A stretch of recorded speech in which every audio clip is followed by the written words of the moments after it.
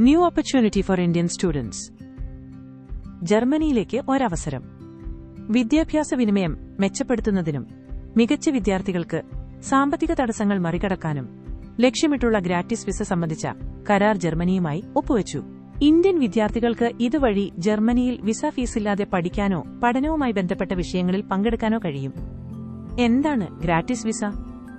10 വയസ്സിന് താഴെയുള്ള കുട്ടികൾ, ചില സാർക്ക് പൌരന്മാർ, നയതന്ത്ര സന്ദർശകർ, ഐക്യരാഷ്ട്രസഭയുടെ ചില പ്രത്യേക ഉദ്യോഗസ്ഥർ എന്നിവർക്ക് മാത്രം ജർമ്മനി നൽകുന്ന വിസയാണ് ഇത്. ഒരു ജർമ്മൻ വിസയ്ക്ക് എങ്ങനെ അപേക്ഷിക്കാം? ഒരു ജർമ്മൻ ഗ്രാറ്റിസ് വിസയ്ക്ക് അപേക്ഷിക്കുന്നതിന് നിങ്ങൾ വിഡെക്സ് പ്ലാറ്റ്ഫോം അല്ലെങ്കിൽ കോൺസുലാർ സർവീസസ് പോർട്ടൽ വഴി ഒരു ഓൺലൈൻ അപേക്ഷാ ഫോം പൂരിപ്പിക്കേണ്ടതുണ്ട്.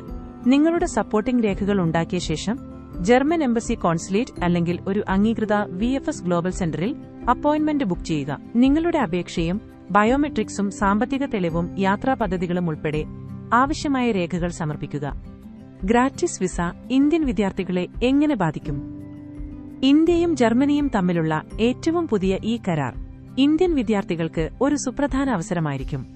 വിസ ചെലവുകളെക്കുറിച്ചുള്ള ആശങ്കകളില്ലാതെ വിദ്യാർത്ഥികൾക്ക് ഹ്രസ്വകാല അക്കാദമിക് പരിപാടികളിലും സാംസ്കാരിക വിനിമയങ്ങളിലും ഗവേഷണ സഹകരണങ്ങളിലും പങ്കെടുക്കാൻ ഇത് സഹായകരമാകും.